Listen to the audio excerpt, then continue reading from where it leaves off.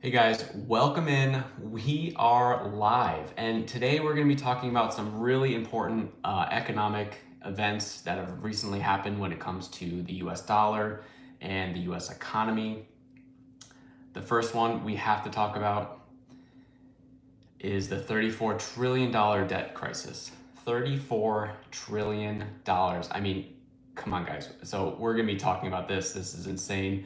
We're also going to be talking about how $34 trillion impacts the global economy, right? Because whatever impacts the US economy has a trickle down effect into the rest of the world. I also want to talk about Vladimir Putin's most recent interview with Tucker Carlson. They talked about many different topics, but I want to focus on his thoughts around the dollar. He had some really explosive things to say about the US dollar. He also talked about BRICS. So that's going to be towards the end of this live stream. So make sure you stick around for the end of that. But we have to get to it. $34 trillion. And technically, it's actually $34.2 trillion. This is something that you can actually track yourself. I think it's so the website usdebtclock.org tracks the US national debt, tracks like 100 other data points. So if you want to punish yourself and look at the debt, just keep climbing and climbing. You can check that out for yourself.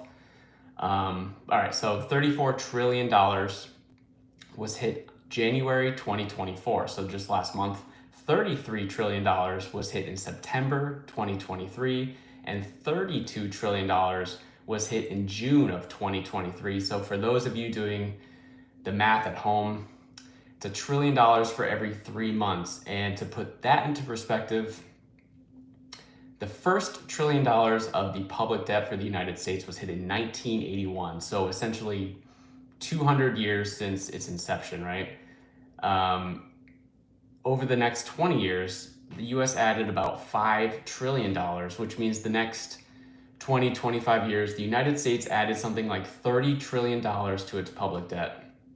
And I know comparing different time frames is kind of stupid, but it's important to note that this current pace is just extremely unsustainable.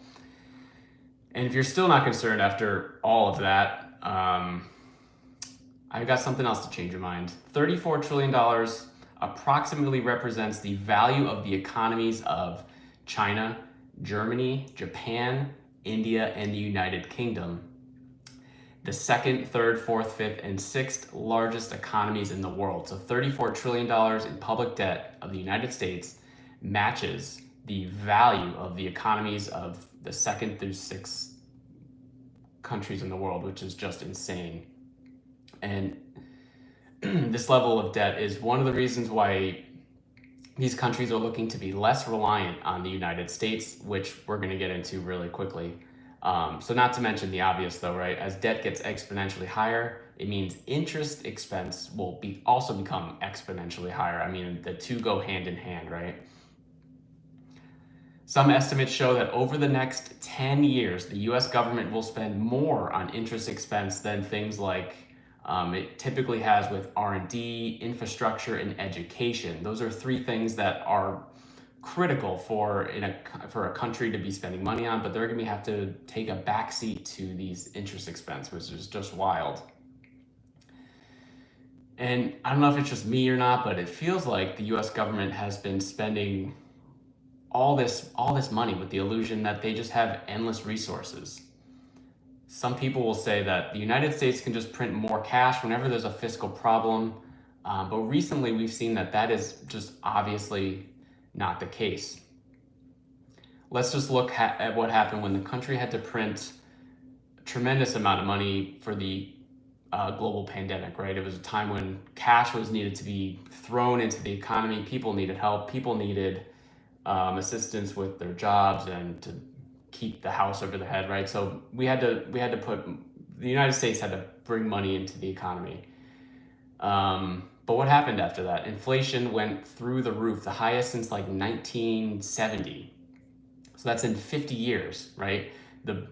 I think that that's safe to say that that's pretty correlated, right? The time in history where we printed the most cash in the shortest amount of time had one of the largest inflationary rates in 50 years. So it's 100% corollary. And I already know what some of you are thinking. You're going to place the blame on the debt crisis of one political party, one political leader. And in my opinion, that's just unfair. The debt crisis is more of a systemic issue, not a left issue, not a right issue. And as we talked about in the beginning, the debt has continued to grow exponentially and will continue to grow exponentially unless this country's mindset shifts. But let's talk about hypotheticals, right? That's fun. Let's talk about some hypotheticals. Let's say at some point in the future, the US defaults on its debt. How possible do you think that is? Let me know. So let's just say they default on their debt. Here are some of the catastrophes that would be coming from it. Goldman Sachs estimates that one tenth of the economic activity would just stop immediately. This would lead to an immediate recession. Obviously, the stock market would tumble, which doesn't necessarily impact everyone, but it's a good barometer of how the economy's doing, right? 401ks would plummet, would have the biggest impact on the older populations there. There would be risks to Social Security, to Medicare, unemployment would skyrocket. Borrowing costs, now this is kind of interesting. Borrowing costs would increase, ironically making it more expensive to service the current debt that the country had already been trying to deal with, right? So it's kind of a crazy situation there, but it's just the tip of the iceberg. More things like federal jobs will be immediately impacted. Veteran support would be immediately impacted. The list goes on and on here. So let me know your thoughts on any of this. And if you're just joining me, hello, my name is Chris, and I talk about world news impacting the dollar and the US economy. So we just got done talking through the $34 trillion debt crisis and are now going to transition to how this impacts the rest of the world. Because these countries are keeping a very close eye on this US debt crisis. And while many countries around the world like to poke fun at the United States when they're having their economic issues, they know that things negatively impacting the United States will at some point eventually impact their economy as well. So these countries have been trying to reduce their reliance on the dollar and the United States as a whole. But we need to start with some added context of how the global financial system currently works and why these countries are trying to change it, right? So for decades, obviously the dollar has been the world's reserve currency. And with that typically comes three superpowers that it possesses. The first is stability, which makes it much easier for international trade. Just like when you communicate with someone, just like we're doing now, we're having a conversation, you need a common language. But in this case, a common currency is needed so everyone knows that the value of the currency and the reliability of the currency. So every time things get tough financially around the world, investors run back to the dollar time after time after time. Because they know that they can rely on it due to its world reserve currency status. And while people like to complain about the US printing dollars, other countries around the world have been notorious at not being very transparent when it comes to how much money they print their currency, right? So it's hard to really know for those countries what the value of the currency is. And that's why people enjoyed the reliability of the dollar. Everyone knows the dollar, everyone knows the value of the dollar. The second power of the world reserve currency is its exclusivity to buy oil. And this one is huge. This is probably the biggest impact I think that the world is trying to have. So we're going to get into that in a second. But decades ago, so countries far and wide, big and small, they all met at Bretton Woods, New Hampshire in the United States, where it was decided that gold would be the basis of the US dollar, and it essentially tied every single currency around the world to the dollar. The dollar remained a powerhouse until the early 1970s, so this dollars for gold had been going on for multiple decades, but in the early 1970s, the United States basically ran out of money and was unable to continue doing this dollars for gold trade that they were doing. So when this deal ran out, in my opinion, countries should have gone back to using their own local currencies, right? Screw the dollar. We're just going to go back and use our own currencies. They couldn't, because the dollar was tied so closely to oil transactions. The United States had made a handshake agreement deal with Saudi Arabia that the dollar would be the only allowable currency to trade oil in, and in return, the United States would provide security for Saudi Arabia and for the region. And this is what we know today as the petrodollar. So in order for countries to continue powering their country with oil, they needed to hold the dollar, right? But even this is changing. This is huge. This is huge. The petrodollar has, I don't want to say single-handedly kept the United States as the #1 economy in the world, but it's been a huge factor. And that's because of the third superpower that the world reserve currency gives, which is that the country of that currency becomes an investing juggernaut, right? So countries around the world are holding the dollar for international trade. They're holding the dollar for these oil purchases, but they don't use all the dollars, right? So what do they do with their excess dollars? They have to put it somewhere. They don't want to have the money just sit there losing purchasing power to inflation, right? I mean, everyone knows that just saving your money is the worst thing to do. You need to be investing it. So that's what these countries are doing. They're taking their dollars, they're investing them into US stock markets. And historically, investing into the United States has been one of the safest and most reliable investments out there. So that's why these countries have continued to do it. The United States, along with any other country in the world, they issue debt. So it's otherwise known as bonds or treasuries, in which investors give a lump sum amount to the government. The government takes that money to help fund their operations, but in return, at the end of the loan, the government essentially gives the person the investment back with interest on top, right? So at the end of the term, say it's 6 months, say it's 2 years, you get your investment back, you get interest on top, bada bing, bada boom, right? But guys, times are changing. Times are changing. This is getting pretty crazy. The investing in the United States used to be the safest investment, right? Would you think it still is the safest investment? I'd love to hear from you guys, because the U.S. economy, it's a machine. They've never defaulted on its debt, and so investors and countries always found the best way to utilize their dollars was to invest into the economy. But with the $34 trillion elephant in the room, these countries just want to be, they want to be less reliant on the dollar. They no longer want to trust the US government's word. And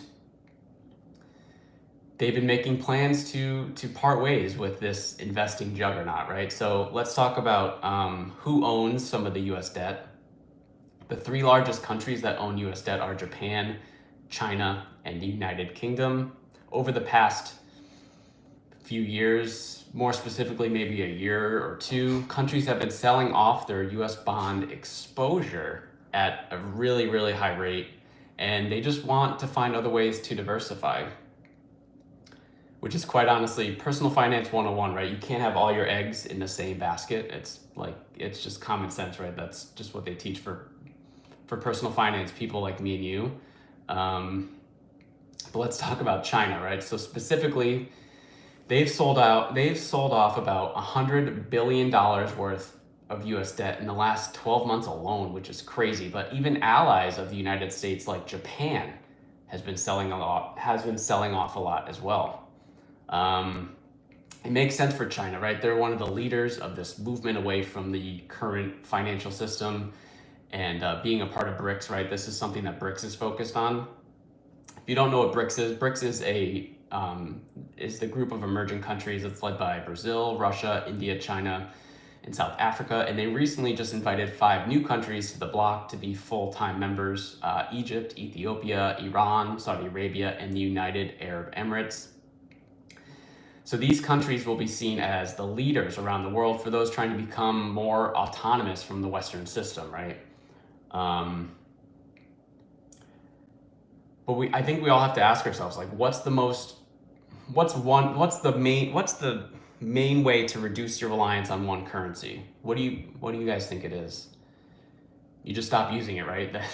Easier said than done, but that's just what you do, and that's what they're trying to do here. So let's talk about some of the ways that these, I guess specifically BRICS countries have been using their local currencies in place of the dollar.